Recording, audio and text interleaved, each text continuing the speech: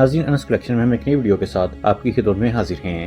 تاریخ انسانی میں جنگ، لڑائی، صلح، معاہدے بہت ملتے ہیں اور شاید یہ سلسلہ قیامت تک ایسے ہی جاری رہے گا، لیکن آج کی اس ویڈیو میں ہم آپ کو دنیا کی ان 5 مختصر ترین جنگوں کے بارے میں بتائیں گے کہ جن میں سے کچھ تو صرف 1 گھنٹے میں ختم ہو گئیں۔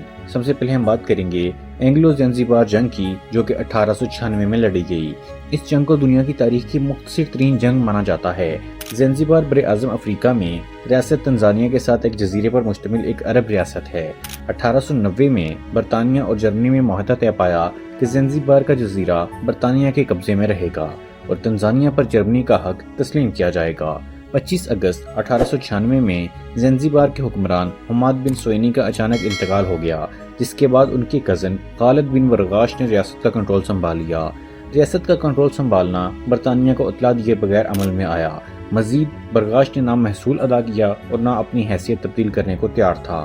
اس حکمران کے محل کی حفاظت پر 3000 افراد مامور تھے۔ جب جنگ شروع ہوئی تو اس کے تقریباً 1-1.5 گھنٹے کے بعد ہی برغاش تنزانیہ سے فرار ہو گیا اور اس کے بعد ریاست کا کنٹرول برطانیہ نے سنبھال لیا اور جنگ ختم ہو گئی۔ ناظرین، دوسرے نمبر پر ہم بات کریں گے عرب اسرائیل جنگ کی۔ 1967 کی عرب اسرائیل جنگ کو 6 روزہ جنگ بھی کہا جاتا ہے۔ یہ جنگ گو کے مختصر ترین جنگوں میں دوسرے نمبر پر ہے، لیکن اس میں خون ریزی کافی ہوئی۔ اس جنگ میں ایک جانب اسرائیل تھا، ظاہر ہے کہ اسے امریکہ اور اتحادیوں کی امداد شامل تھی، اور دوسری جانب مصر، شام اور اردن تھے۔ 5 جون 1967 کو اسرائیلی فضائیہ کے مصر پر ہوائی حملوں سے جنگ کا آغاز ہوا۔ کہا جاتا ہے کہ مصر کی 90% فضائیہ پہلے دن کے حملوں میں ختم ہو گئی تھی اور اس کے بعد مصر اس جنگ سے پیچھے ہٹ گیا۔ پھر حملوں کا رخ اردن، شام اور عراق کی جانب ہوا۔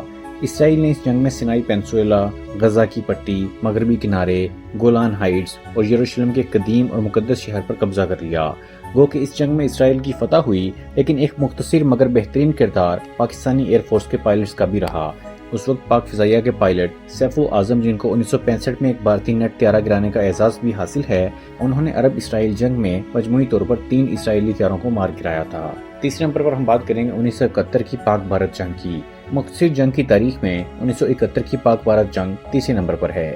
13 دن میں اس جنگ کا خاتمہ ہو گیا اور اس مختصر جنگ کی تاریخ لیکن مختصر ہرگز نہیں ہے۔ جنوبی ایشیا میں شاید ہی کسی جنگ پر اتنی زیادہ کتابیں اور آرٹیکل لکھے گئے ہوں۔ جنگ کیوں شروع ہوئی، اس پر مختصراً صرف اتنا لکھا جانا کافی ہے کہ شیخ مجیب الرحمان اکثریتی صوبے مشرقی پاکستان سے متحدہ پاکستان کے وزیر اعظم منتخب ہو گئے تھے، جنہیں مغربی پاکستان یعنی کہ موجودہ پاکستان کی جانب سے تسلیم نہیں کیا گیا۔ اسمبلی کا اجلاس منسوخ ہونے کی دیر تھی، جو الاؤ پک رہا تھا، پھر دنیا نے دیکھا۔ پاکستان کا داخلی معاملہ بھارت کی مداخلت نے خارجی معاملہ بنا دیا۔ ایک محاورہ اردو میں کافی استعمال ہوتا ہے کہ مدعی سست تو گواہ چست۔ یہی پاکستان کے کیس میں ہوا۔ نہ پاکستان نے سفارتی محاذ پر دم مارا، نہ سیاسی محاذ پر خالص لچک دکھائی۔ اس وقت پاکستان میں جنرل یحییٰ خان کی حکومت تھی اور افواج پاکستان نے مشرقی پاکستان میں خوب جنگ لڑی، جس کا اعتراف اس وقت کے بھارتی army chief field marshal Manekshaw نے اپنے انٹرویو میں کیا۔ لیکن سپلائی لائن کٹ جانے اور مرکز سے بہت دور لڑنے والی فوج کو شکست ہوئی۔ پاکستانیوں کے لیے سیکھنے سمجھنے کے لیے یہ جنگ بہت اہم ہے۔ 16 دسمبر 1971 کو مشرقی پاکستان ہاتھ سے نکل گیا اور بنگلہ دیش وجود میں آیا۔ چوتھے نمبر پر ہم بات کریں گے جارجین آرمینین وار کی۔ 24 دن کی اس جنگ کو مختصر ترین لڑی جانے والی جنگوں میں چوتھی پوزیشن حاصل ہے۔ یہ جنگ لوری اور بورشلے کے شہروں پر قبضے کے لیے لڑی گئی۔ ان شہروں کا انتظام ویسے روس کے قبضے میں تھا، لیکن دیگر معاملات جارجیا، آذربائیجان اور آرمینیا مل کر چلاتے تھے۔ آرمینیا اور جارجیائی نسل کے لوگ غالب اکثریت میں تھے، اسی وجہ سے یہاں رساکشی جاری تھی۔ لیکن 7 دسمبر 1918 سے 31 دسمبر 1918 تک ایک جنگ جاری رہی۔ جنگ کا اختتام برطانیہ اور فرانس کی مداخلت سے ہوا، جب یہ تینوں ڈسٹرکٹس جارجیا اور آرمینیا کے مشترکہ کنٹرول میں دے دیے گئے۔ 5ویں نمبر پر ہم بات کریں گے ترکی اور یونان کی جنگ کی۔ 30 دن لڑی جانے والی یہ جنگ 1897 میں یونان اور خلافت عثمانیہ کے درمیان لڑی گئی۔ اس جنگ کا مقصد کریٹ کے جزیرے پر قبضہ تھا۔ یونان کا دعویٰ تھا کہ اس علاقے کی اکثریت یونانی نسل کے لوگوں پر مشتمل ہے، اس لیے یونان کو حق حاصل ہے کہ وہ اس علاقے کا کنٹرول سنبھالے۔